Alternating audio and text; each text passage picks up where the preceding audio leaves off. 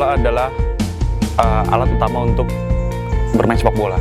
Mungkin kalau seperti sepatu atau saya sebagai penjaga gawang glove itu mungkin bisa di nomor 2 atau nomor 3 kan.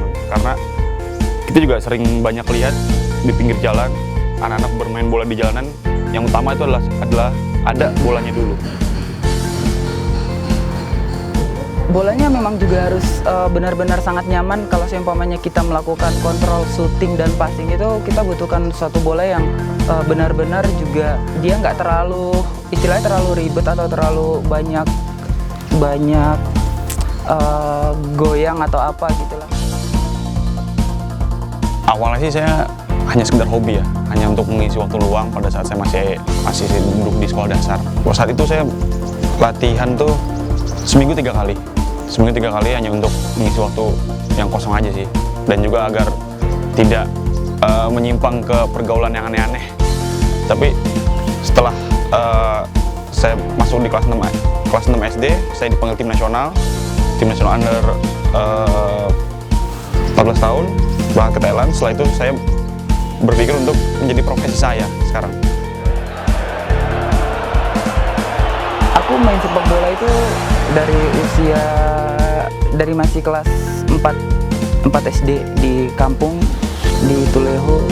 Dari situ saya mulai latihan, mulai tekun sampai akhirnya dipinjamin ke Diklat Ragunan, terus ngikutin antar diklat di Jakarta. Dari situ aku ikut kompetisi dan dipantau sama pelatih dan manajer timnas 17 di Diklat Ragunan. Aku latihan tekun dan sering melakukan uji coba dengan Persija Jakarta. Pada akhirnya di kelas 3 SMA aku diminta untuk bergabung tahun 2007 bersama Persija Jakarta. Itu mungkin klub profesional aku yang pertama kali di sepak bola Indonesia.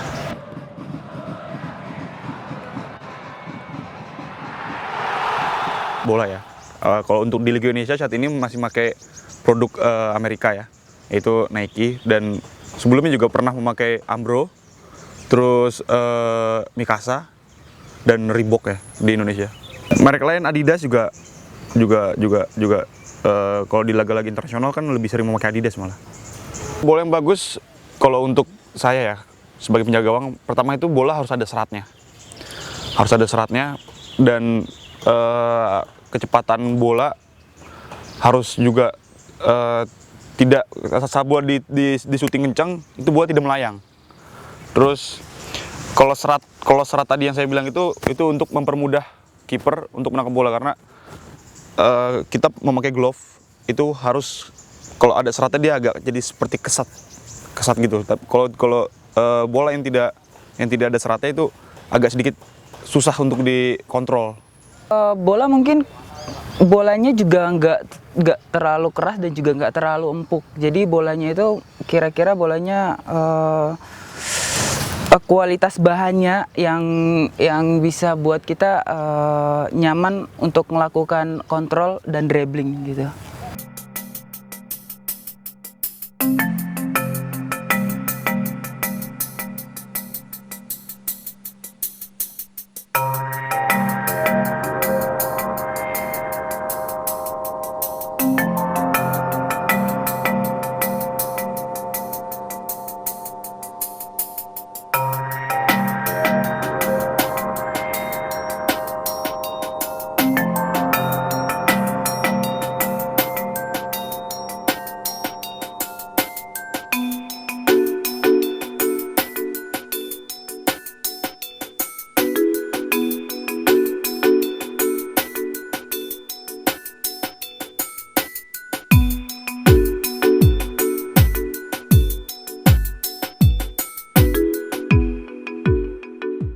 Pabrik ini awalnya adalah hanya sebuah lapang tenis, di mana lapang tenis dengan sedikit bangunan di sebelah kiri saya memanjang, dan kemudian dari bangunan tersebut maka di sebelahnya didirikan bangunan 2 lantai, dan itu bertahap sedikit demi sedikit hingga kemudian ke pinggir-pinggirnya, dan akhirnya gedung ini yang terakhir dibangun.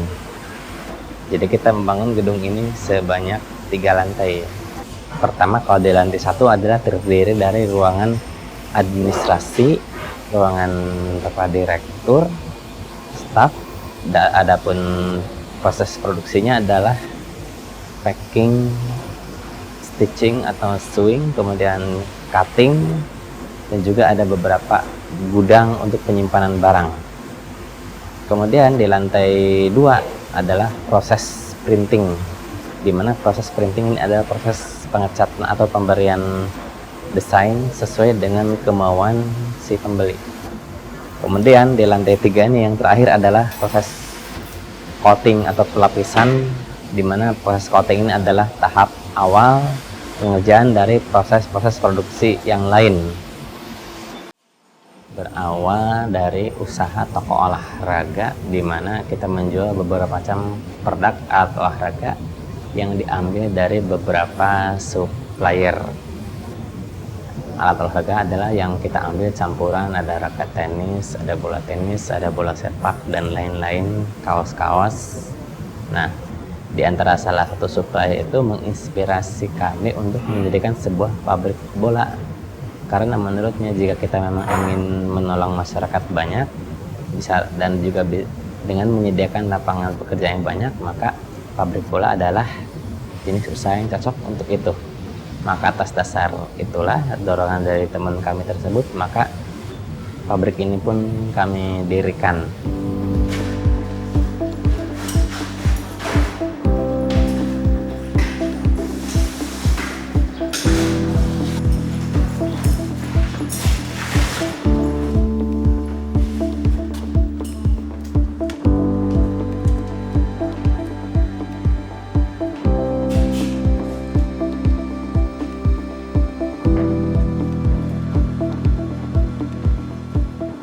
Proses pembuatan bola sepak ini diawali dengan penyiapan bahan baku. Jadi kita sebelum memproduksi, kita harus menyiapkan bahan bakunya, segala macamnya sesuai dengan hitungan yang akan, jumlah yang akan kita produksi. Setelah bahan bakunya oke, semuanya tersedia, kemudian tahapan pertama yang dilakukan adalah coating, pelapisan. Kain polyester ini akan dilapiskan ke synthetic leather di sebelah sana.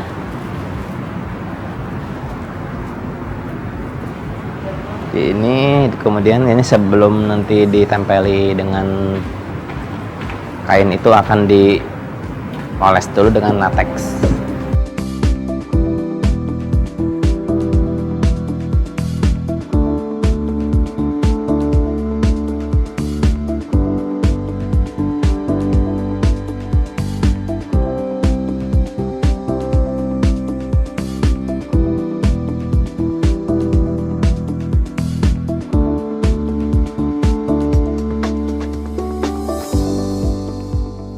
Tahapan selanjutnya adalah penjemuran, di mana kain-kain tersebut akan dijemur seperti yang terlihat di belakang saya ini, kira-kira mungkin antara 15 sampai 30 menit. Dan setelah waktunya mencukupi, maka kain-kain ini akan ditempelkan ke synthetic leather dengan menggunakan latex pula.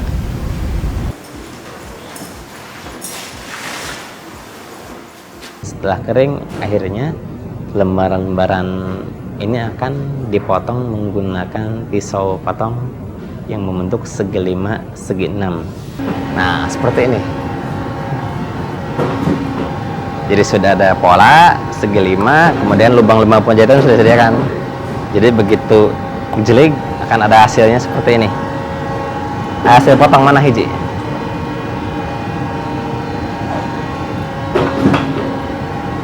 Nah, ini contohnya segi 6-nya. Jadinya begini seperti dengan gambaran tadi.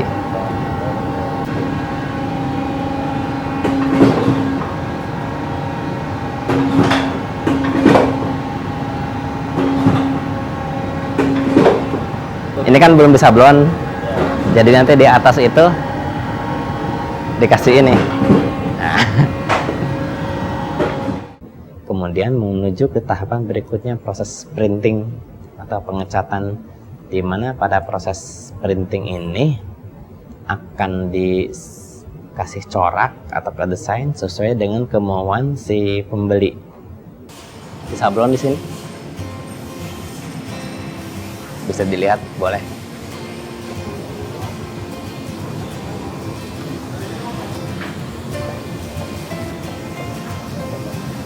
ini kasih corak atau apa sablonan, jadi tiap bola itu kan ada nanti pastinya berwarna-warni, ada bermacam desain. Di sini dikasih desain sesuai dengan kemauan si pembeli. Jadi kalau 32 warna itu ya satu-satu. Ada yang ribet kalau warnanya banyak, ya begini tarikannya makin banyak. Metodenya sama dengan cara sablon kaos seperti ini.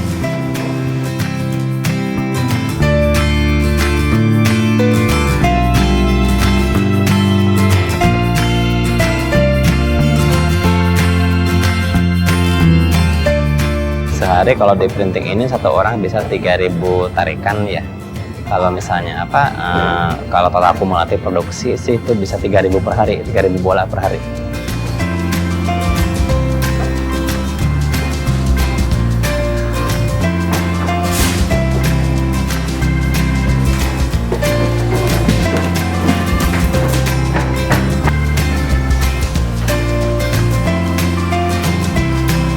Tahapan selanjutnya adalah tahapan penjahitan stitching atau sewing, di mana penjahitan ini dilakukan di masyarakat sekitar.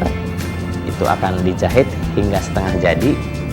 Kemudian setelah setengah jadi ini disetorkan dahulu ke pabrik untuk dicek kualitasnya. Apabila ada jahitan yang kurang memenuhi syarat, itu akan dikembalikan ke si penjahit untuk diperbaiki. Tetapi apabila sudah memenuhi syarat, maka akan diteruskan ke penjahitan finishing, di mana penjahitan finishing ini akan ditempeli dengan ban dalam, kemudian dijahit sampai bulat full.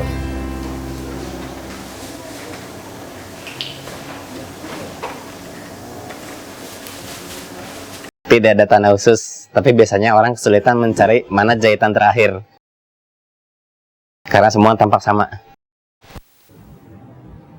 Kalau kita di sini punya rumusnya.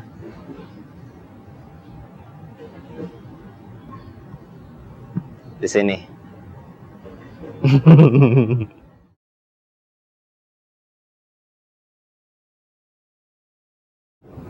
Setelah finishing ini selesai dilakukan, maka tahapan selanjutnya adalah pengecekan lagi, quality control, di mana quality control ini akan kita pompa, kita tes angin, dan dibiarkan di dalam keranjang sebanyak 3 hari. Dan akhirnya kita lakukan pengepakan, di mana pengepakan ini bola-bola dipak dalam keadaan kempes. Dikempes, dipak ke dalam polybag atau ke kardus sesuai dengan kesepakatan dengan pembeli, dan akhirnya setelah selesai dipak, maka barang siap untuk dikirimkan.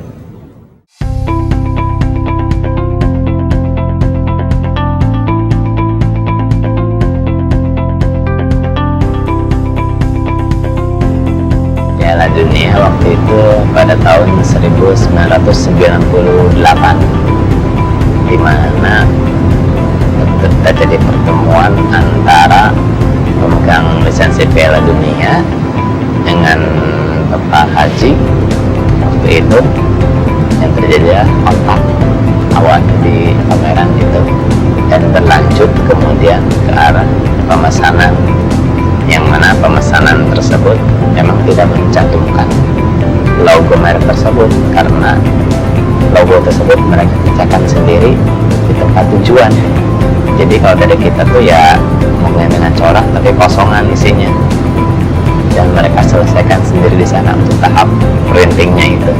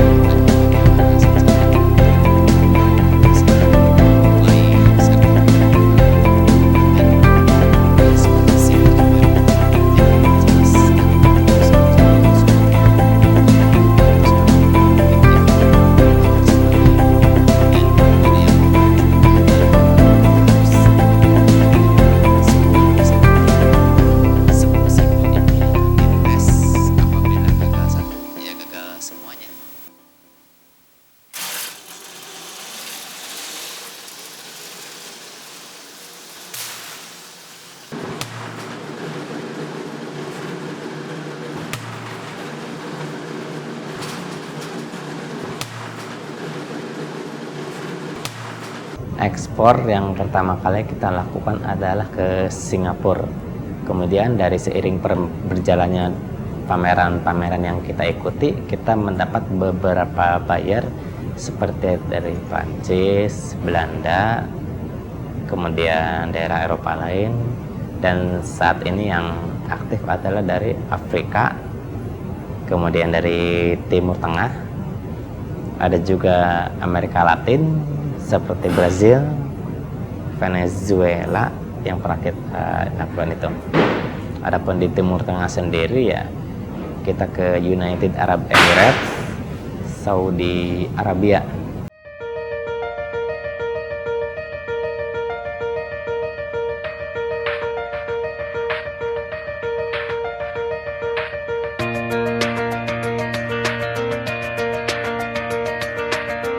Karena kita ingin mengembangkan olahraga di tanah air, termasuk sepak bola, maka kita juga harus mengembangkan industri sepak bola atau industri bola di dalam negeri.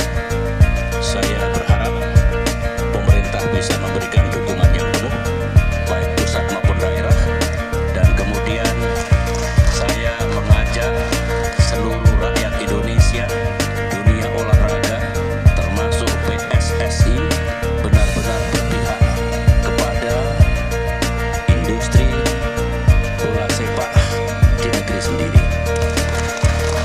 Hanya dengan itu, industri ini akan terus tumbuh dan berkembang. Dan kalau berkembang, sebagaimana dijelaskan oleh pimpinan tadi Pak Irwan, maka bisa memberikan lapangan pekerjaan, meningkatkan penghasilan saudara kita, mengurangi kemiskinan yang ada di daerah ini. Saya kira itu.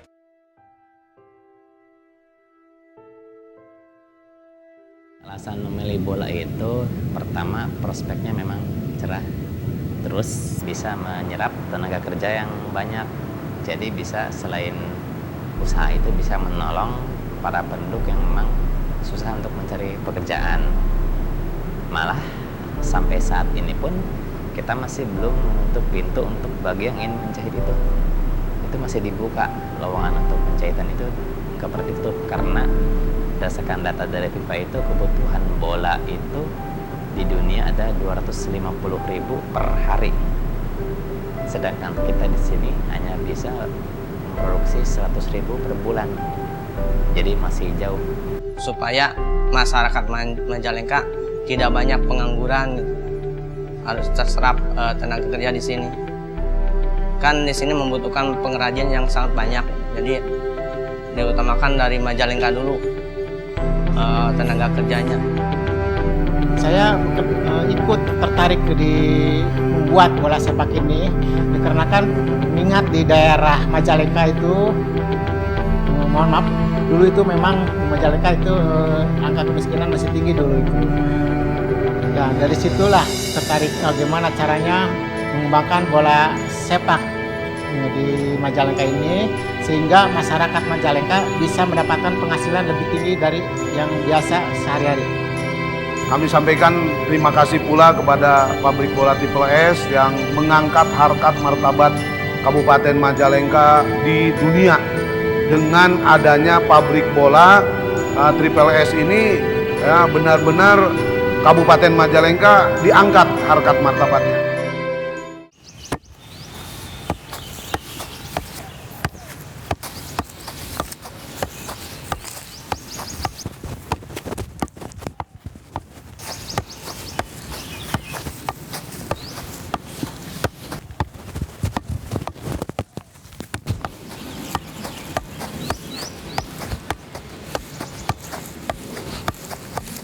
Bolanya bagus,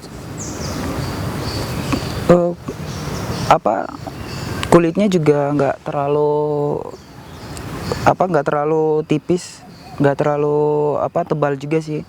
Ini sih mungkin standar nasional ya, karena kalau saya lihat yang tadi saya bilang, bola ini kekurangannya ada di serat, tapi saya belum pernah mencoba bola ini. Kalau untuk besarnya sih sudah lumayan lah ya, sudah lumayan. Tapi mungkin yang tadi yang saya bilang, karena saya penjaga gawang, saya itu paling tidak untuk bisa saya kontrol, saya membutuhkan sedikit serat yang ada di kulitnya. Kalau bisa produk lokal kita kalau bisa itu harus bisa bersaing dengan produk-produk yang lain, karena kita sendiri juga ingin sebenarnya pribadi kita juga ingin menggunakan produk lokal kita sendiri, karena pertama kita juga bisa mempromosikan buatan hasil Indonesia sendiri ke negara-negara lain.